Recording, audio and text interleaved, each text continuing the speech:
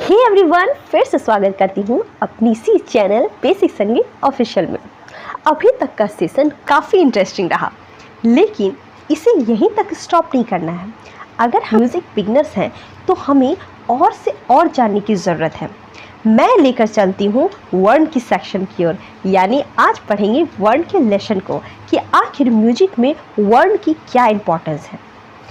अगर आपने रागों को पढ़ा है तो मैंने उसमें वर्ण की चर्चा की थी। राग में वर्ण का क्या महत्व है। मैंने वर्णों को इस ढंग से बताया था कि गाने की क्रिया अर्थात गाने के तरीके को वर्ण कहते हैं। और इसी बात की पुष्टि के लिए जब मैंने अभिनव राग मंजरी के पृष्ठ 6 पर ये लिखा पाया कि गान क्रियो चते वर्णा सा चतुर्धा निरूपिता स्थाययो अवरोही च संचारितत् लक्षणम, अर्थात गाने की क्रिया को वर्ण कहते हैं। और वर्ण के 4 प्रकार होते हैं: अस्थाई, आरोही, अवरोही और संचारी वर्ण। अगर मतंग मुनि के अनुसार उनकी दी गई परिभाषा को देखें तो उन्होंने कहा था कि वर्ण शब्देन गान मुच्यते, गीतों के पदों को विविध स्वर गुच्छों से सजाने यानी तरह तरह के स्वरों से सजाने की क्रिया को वर्ण कहते हैं। हमने ये तो जान लिया कि गाने के तरीके को वर्ण कहते हैं, और मतंग मुनि की परिभाषाओं से यह भी स्पष्ट हो गया है कि गाते बजाते समय स्वरों के प्रयोग से जो आवाज को चाल मिलती है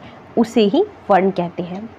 इन शॉर्ट अगर मैं अपने लैंग्वेज में समझाऊं तो आप ऐसे समझिए कि जिस तरह मोती अर्थात स्वरों को एक धागे में पिरोकर एक माला अर्थात गीत बनाई जाती है उसे ही हम वर्ण कहेंगे।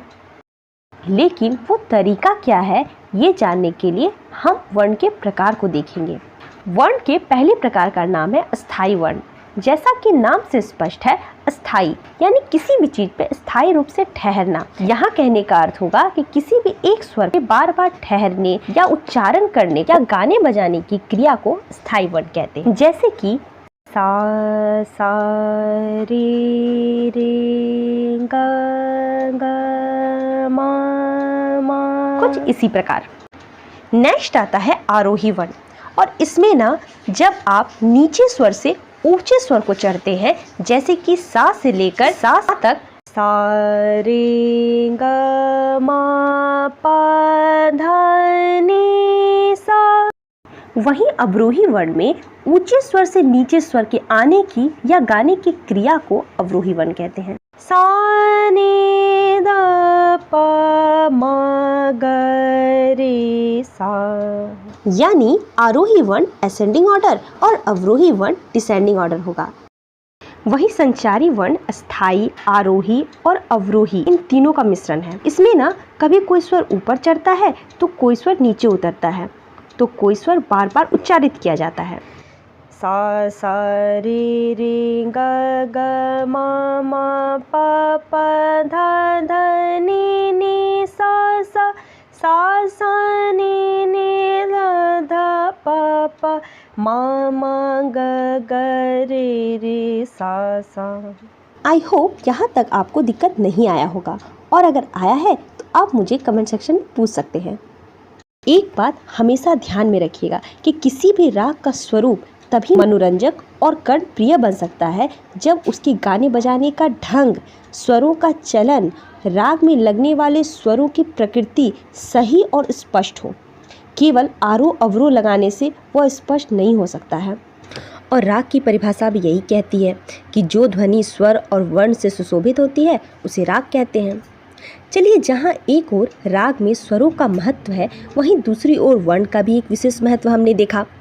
तो समय ना गवाते हुए मैं आपको एक प्रैक्टिकल के थ्रू समझाती हूँ। चलिए स्टार्ट करते हैं। आप एक बात जान लें कि प्रत्येक राग यानी कि कोई भी राग ले लें तो वो ना किसी वर्ण विशेष से संबंध तो जरूर रखता है। जैसे कि राग दुर्गा संबंध रखता है स्थायी वर्ण से। कैसे? वो कुछ इस प्रकार है: सा रे मा पा धा सा। वहीं राग कल्याण संबंध रखता है आरोह वर्ण से, और वो कुछ इस प्रकार है: सा रे गा मा पा धा नी। वहीं राग देश अवरोही वर्ण से संबंध रखता है, और वो कुछ इस प्रकार है: धा पा मा गा रे अब आता है संचारी वर्ण। संचारी वर्ण भी राग देश से ही है, लेकिन इसका लेने का तरीका कुछ इस प्रकार है।